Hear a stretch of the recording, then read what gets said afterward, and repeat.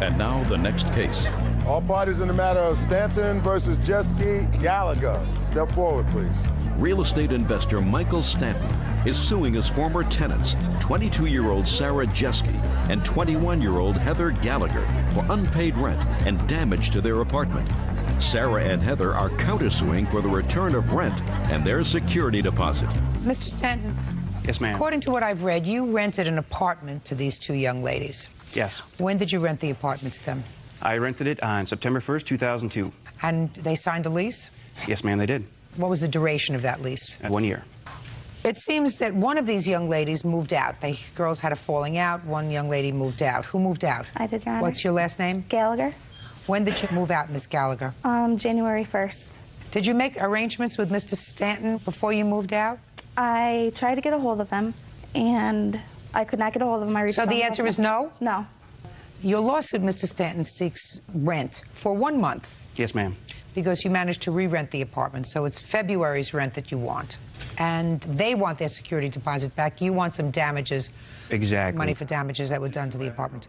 All right. When Miss Gallagher moved out, I gather, Mr. Stanton, that you had confidence that you were going to be able to re-rent the apartment because you were more than willing to have her move into a one-bedroom. I had confidence that I could re-rent their apartment because it was so nice. Right. Correct.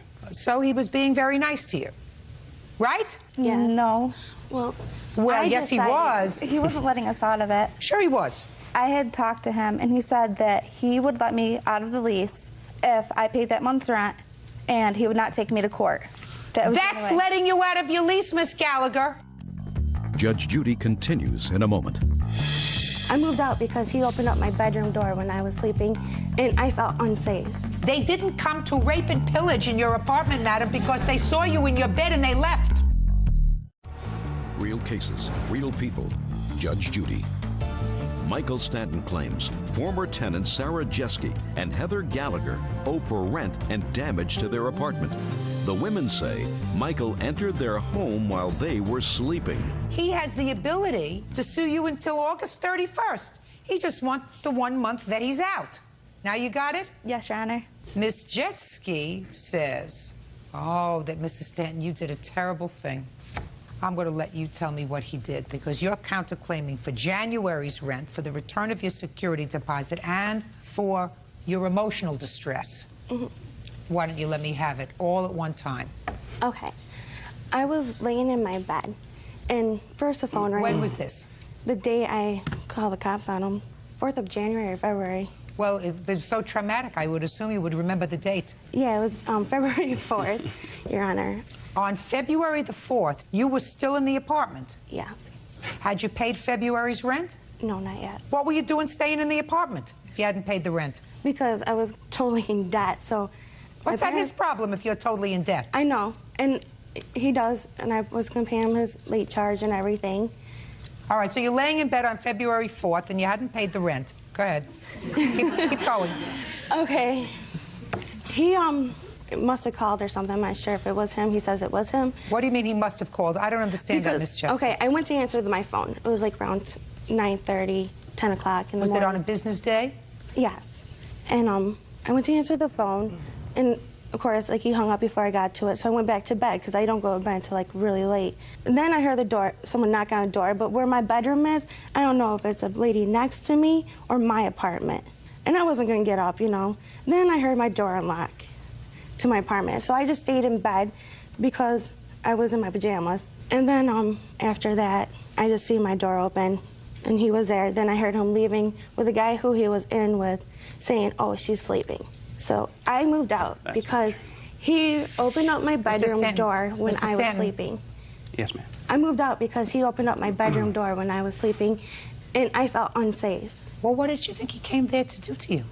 I have no idea. Do you think he was coming? Shh. You think he was showing the apartment to somebody? No. Well, what do you think he was doing? I don't know what he was doing. You don't know.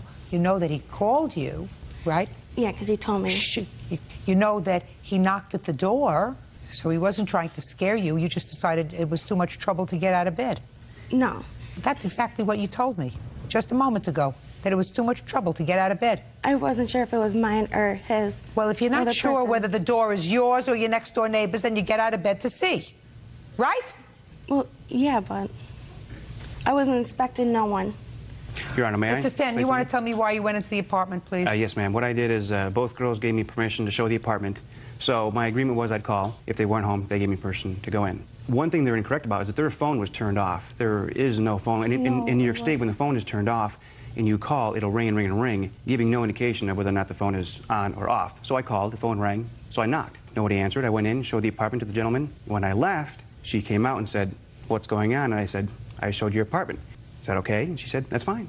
She came out at that moment? She came out after I was walking down the hallway. And she also said, "I apologize, our phone is turned off for non-payment." No. Yes, No, she she did. wouldn't have said that. She did. No, I wouldn't. No, I That's had taken exactly our what she said answering verbatim. machine. Hey, whatever it He was, said he whether it heard was my turned phone off ring. or not, Mr. Stanton, she didn't answer the phone. She didn't answer the phone. She didn't come to the door. Now, this is relevant because if you counterclaim is a lot of hogwash. Hogwash. So after this happened, you called your father and you said, I don't feel safe here. I want to move. So he came and he moved. This whole thing is about you owing February's rent. I'm not interested in your emotional distress over him showing your apartment. He already had my apartment rented out to this John. Maybe he wanted to look at it again. Maybe he wanted to see where his furniture was going to go. What difference does it make? They didn't come to rape and pillage in your apartment, madam, because they saw you in your bed and they left. He closed the door, and according to you, he said, "Oh, she's sleeping," which means he didn't want to disturb you and closed your door. That's what you just said to me. May I speak? It's still not right, though, for people just to walk in your apartment, you know. You weren't even there. I know. No, this had happened beforehand. Just a second. You weren't even there. When I was still living there, though, the maintenance people had walked in, and we had spoken to the manager at the Did you time go about home that. to live with your parents? No. You should, until you grow up. They did. Until you grow up, you should both go home to live with your parents and start acting responsibly. You sign a lease for a year, you stay there.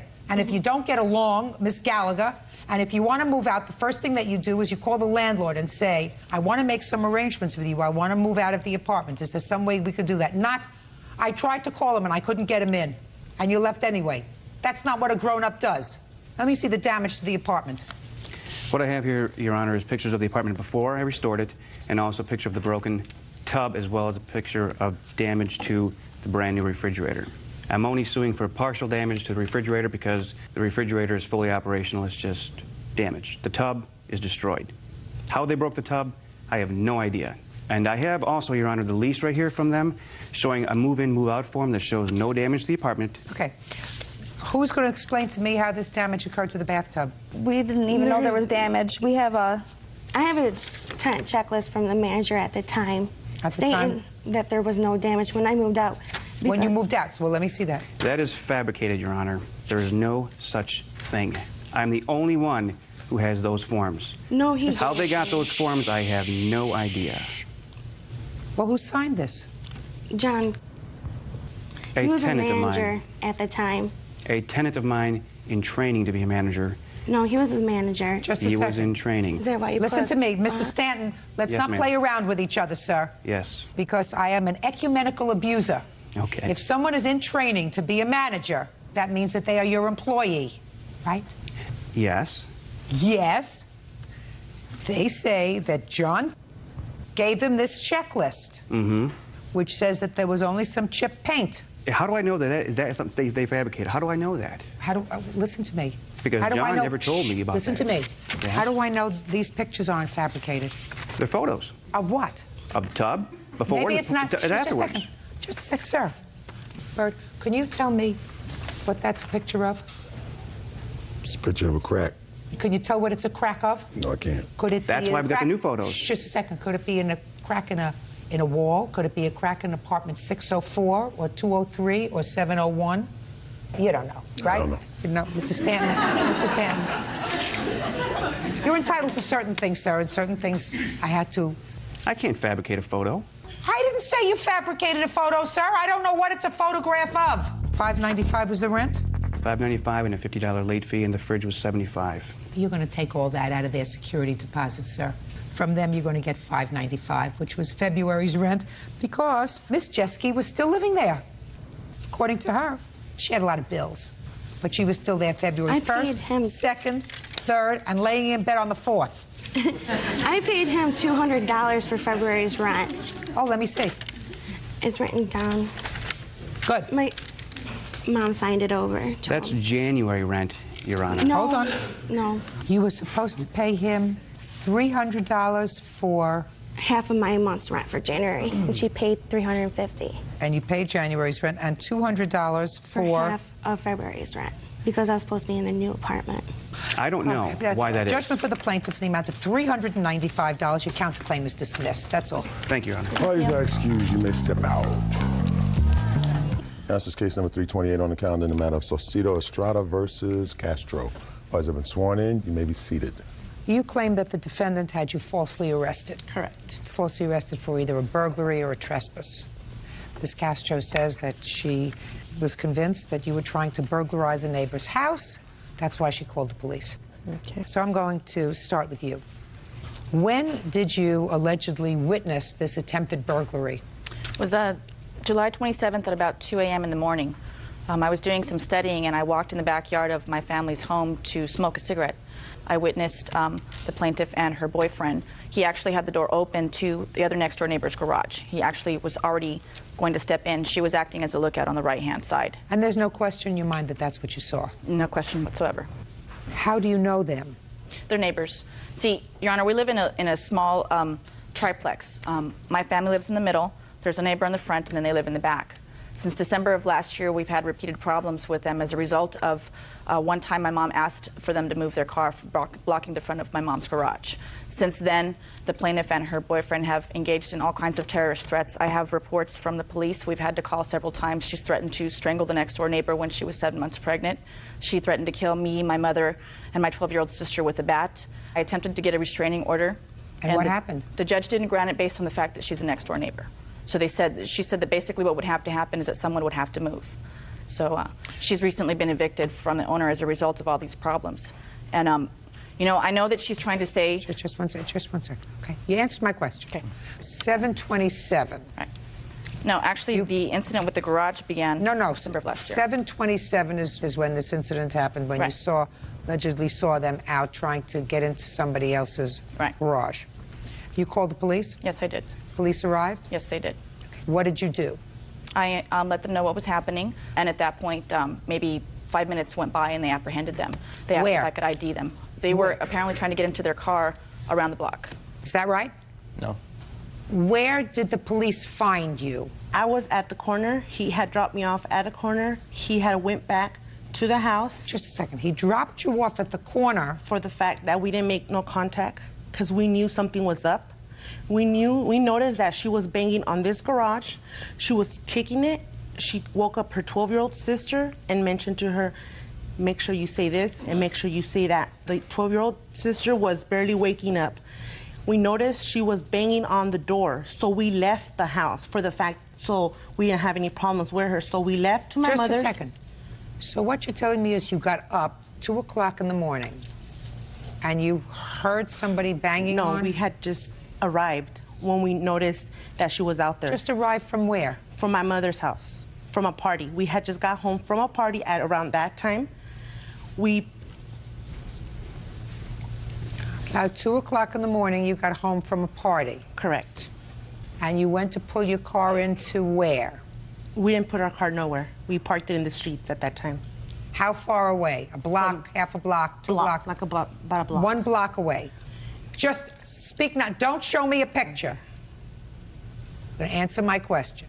You were walking back to the house with Mr. Estrada. And is that when you saw Miss Castro? No. When did you see Miss Castro? When we entered in our house. And you were together? Correct. I thought you just told me that Mr. Estrada dropped you off at the corner. That was after we left the house. Now you're in the house. Right. And you see Miss Castro outside, kicking in a garage. Not at that time. What was she doing? She was actually at her front mother's porch, smoking a cigarette. She noticed that we were entering our house. So at that time, there was a whistle, which his friend was waiting for him because he was going to ask him for a ride. What do you mean his friend was waiting for him? Yeah, he was whistling because he wanted a ride from him. So a friend of his came from where? From the alley, from this Friend of his comes from an alley, 2 o'clock in the morning, and whistles for your boyfriend. Correct. Because he wants a ride to where? Back home.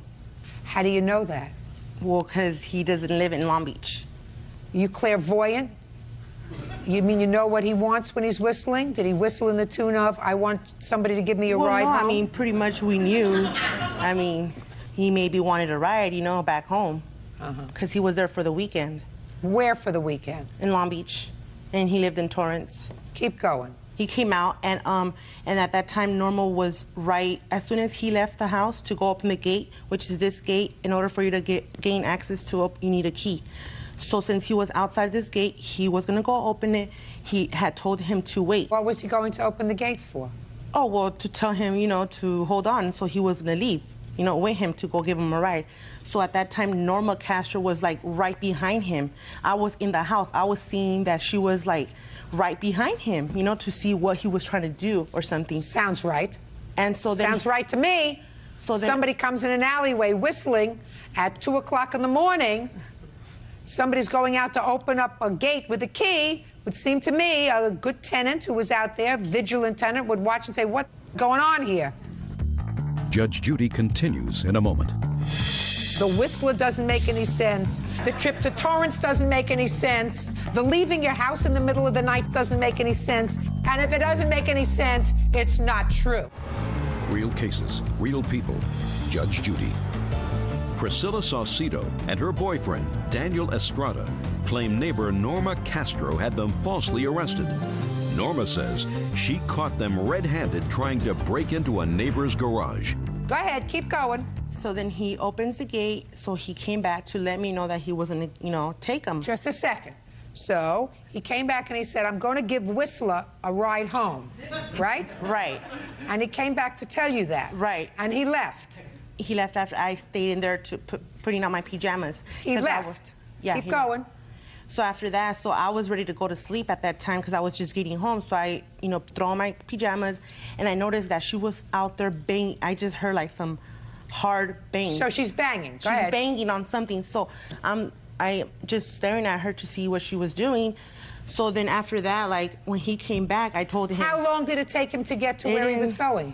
Maybe about 45 minutes.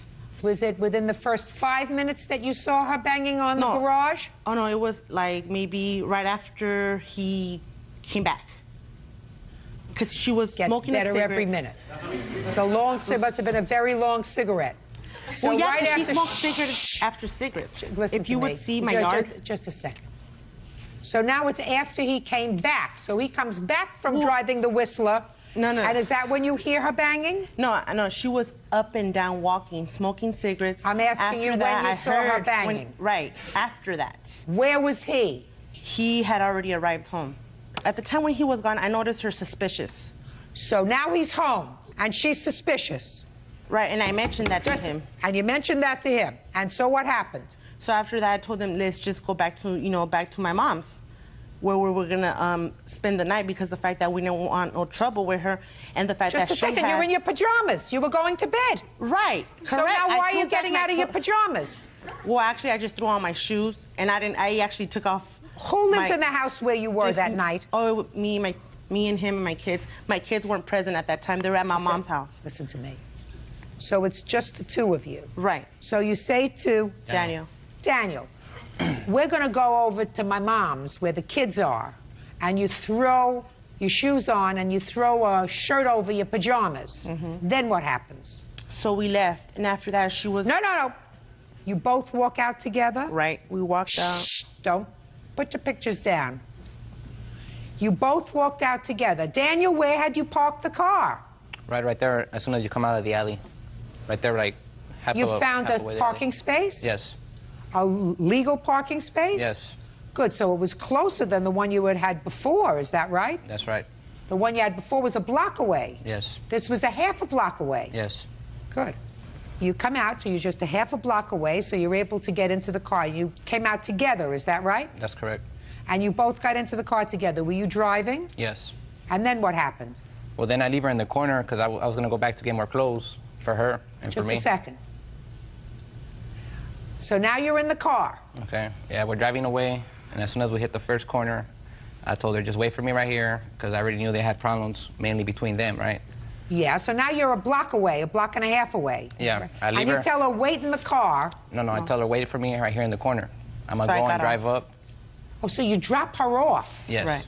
Just a minute, you drop her off alone on the street at 3 o'clock in the morning. Yes. And say to her, you wait here, I'm going back to get some clothes. Yes. Right? Go ahead. And that's when the police stop you? Yes. Well, she says no, you say yes. After Which one he is went back. Well, when I went back, after I dropped her off, when I went back to get the parked. clothes, and I was barely parking, and I was barely going to get off my car, that's when the police just got me right there. Listen, I don't know what the police did with your complaint, but there are more holes in this story than Swiss cheese. As far as I'm concerned, you have no case for false arrest. I believe she saw you fooling around with the neighbor's garage. She may not have been able to prove a burglary, but certainly the story that you just told me is such a fairy tale. It's such a fairy story. Makes absolutely no sense to me at all. No sense at all. The Whistler doesn't make any sense. The trip to Torrance doesn't make any sense. The leaving your house in the middle of the night to go to your children because she was smoking cigarettes and acting suspicious doesn't make any sense. It all doesn't make any sense. And if it doesn't make any sense, it's not true. Your case for false arrest is dismissed. That's all. Step out. Thank you, Your Honor. Parties are excused. You may step out. They've made threats against my family. Death threats, threats to beat my mom up with a bat. She basically got away with another false accusation.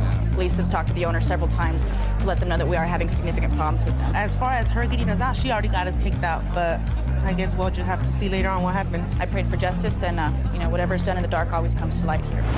And now the next case. All parties in the matter of Bunting versus Green Street Interiors. Step forward, please. Production company owner Ross Bunting is suing furniture store owners Karen Clabeau and her mother Judith for towing expenses, loss of business, and harassment. Ross claims the women had his car towed for no reason. Karen and Judith have a countersuit for loss of work. Do either of you folks have a photograph of the building where you both are tenants? Yes. Yes, Your Honor. I'll take a look at the pictures. I want to get a sense of what this... Okay, let me have it.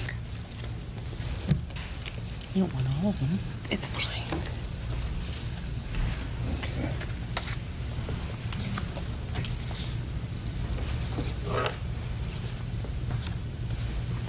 Okay. Both of you have been long-term tenants in this building. Soon, correct? Yes, Your Honor. And the green awning, does this represent your business? Yes. You have a retail furniture business. Right. In the building that occupies a substantial part of the, if not all, of the first level. Mr. Bunting rents some office space on the second floor. Is that right? And the first floor, Where on the first floor do you rent space, sir? next to the Green Street Interiors. I have a suite downstairs. That you use? Yes, For what? storage.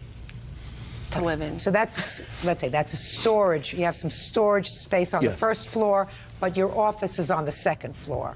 What kind of That's- office do you have, sir? I have editing bays You for I edit do for- video production. Okay. This is the problem. There's plenty of parking space behind this building, but only some of it is directly behind their back entrance, where people would ordinarily pull up their cars for the purposes of loading merchandise or whatever. And the problem has arisen that the defendants have asked you not to park directly behind their store, correct? Yes, just answer. yes. They've asked you not to park directly behind their store. And there were times when you didn't park directly behind their store, but then you decided that's most convenient for me, and if there are not other spaces readily available right next to it, I'm going to park right behind their store, and you park there, and then you go about your business. The defendants caused some green lines to be placed, and then some signs to be placed over here which say that these two parking spaces, which are right behind the back entrance to their store, are reserved for customers of their store. And you ignored them, and you parked your car there. And they got real frustrated, and on one particular day, when you had parked your car there, they called, according to the defendants, and said, could you please move your car? It's been here for hours. And you said, I'm not moving it. And they said, we're going to have it towed. And you said, tow it. And this lawsuit is all about towing of your car. and you want $2,650, reimbursement for towing expenses, loss of business, and emotional distress due to harassment, because it is your claim that they had no right to A, post these signs, B, put up these signs that say that this is reserved for their customers only, and therefore, ergo, they had no right to have your car towed. That's your case, right? Yes, Your Honor. Fine. There is only one issue, and that issue is I have to see some confirmation from the landlord that it was the landlord's decision and the landlord permitted you to reserve those 2 parking spaces for you. That's all I have to see. I have that. Good, Your I'd Honor, like to see the it. landlord himself painted the 2 curbs green in the beginning, and when he didn't respect that, he gave us permission for the Just signs. Okay. Now, I have a letter from the property owner who indicates that he did, in fact, give her permission to both use those 2 spaces and to erect parking signs that say any violator will be towed. I have a letter from the police department who say that they will certainly respect this as long as they have approval from the property owner to allow them to restrict parking to patrons of their store. So I have those 2 documents, sir. Now, what's your problem? Well, the landlord, the day that my van was towed away, before it was towed and everything, when I was told that it was going to be towed away, and I called the landlord. He said that she can't do that, and that she won't do that. You are supposed to be a reasonable person if you rent space with somebody. If I could interrupt for 1 second. Sure, no, you can't. Okay. You can't. Okay. You're supposed to be a reasonable person. If somebody says to you, look, there are lots of parking spaces, 12, 2 dozen, I mean, I don't know how many 43. 43 parking spaces. All we're asking you to do is not park in these 2 right behind the store so that people, if they want to, can come up, pick up a piece of furniture, put it in their car. Why wouldn't you use one of the other 43 parking spaces? If one of them was available, Your Honor, I would have. No, that's there not was none available. That's not true. Of the 43? There was none other available, and I've constantly had ever since. Just a second. What time did you get to work, Mr. Bunting? He doesn't leave work because Just a second. What time do you get to work? that particular day, Yeah. probably about 6 o'clock. 6 o'clock in the morning. In the morning. Well, Mr. Bunting, I guarantee you that at 6 o'clock in the morning, 43 parking spaces weren't occupied. I guarantee it, sir. As I'm sitting here, there is no question that 6 a.m. when you arrived at work, you had plenty of other opportunities to park in other places. Your lawsuit is dismissed. Now, you have a counterclaim? Yes, we do. Listen to me. It's nonsense. No, it isn't. Yeah, it is nonsense because your counterclaim says that you want him to pay for this frivolous lawsuit, the amount of time that it took for you to... It's just the lack of time that we weren't able to schedule any appointments today over a frivolous suit. Listen to me. He doesn't think it's frivolous. He doesn't think you should have towed his car. You don't get compensated for that. Your lawsuit is dismissed. That's all. Parties are excused. You may step out. Now, this is case number 289 on the calendar in the matter of Lattimore versus Lorette. Parties have been sworn in, Judge. You may be seated. Ms. Lattimore, your claim is that the defendant's son hurt your son with a golf club. Yes, that's right. Causing him to have severe damage to his teeth, loss of permanent teeth. And That's you want the defendant to be responsible for the medical bills and dental bills for your son. That's right. Was the defendant a friend of yours? She was someone that I knew through a family member. She was also a neighbor where I was living at, but we weren't friends, so to speak. Okay. Now, what was the date of the injury to your son? That was December 23rd of 2002. And was she babysitting for you for hire that day? Yes, she was. And what did you pay her? I'm not sure. I believe I paid her $15 per child because she usually watched my daughter too, but this particular day it was just my son. So when I came home, I should have owed her $15. And you had paid her before? Yes, I have. Is that correct? Yes. And how much notice did you give her before you dropped your...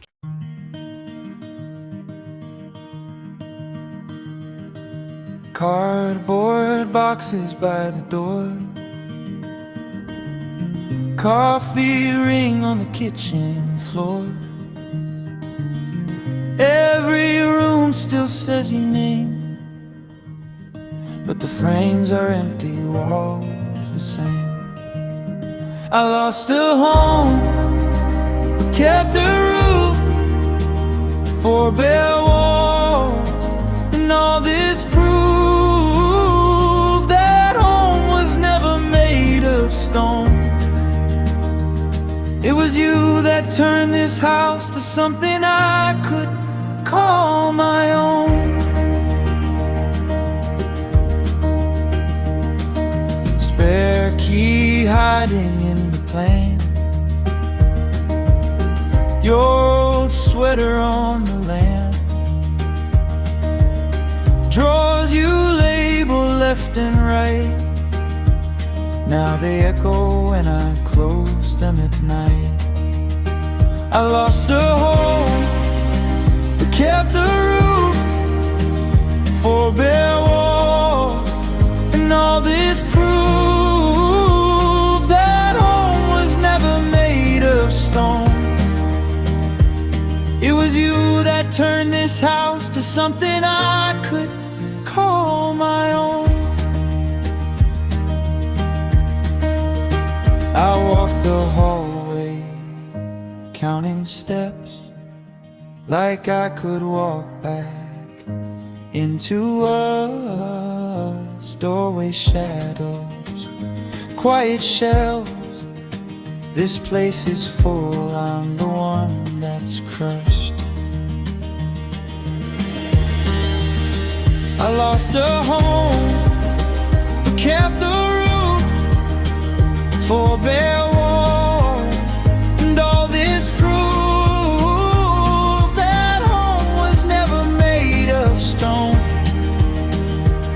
It was you that turned this house to something I could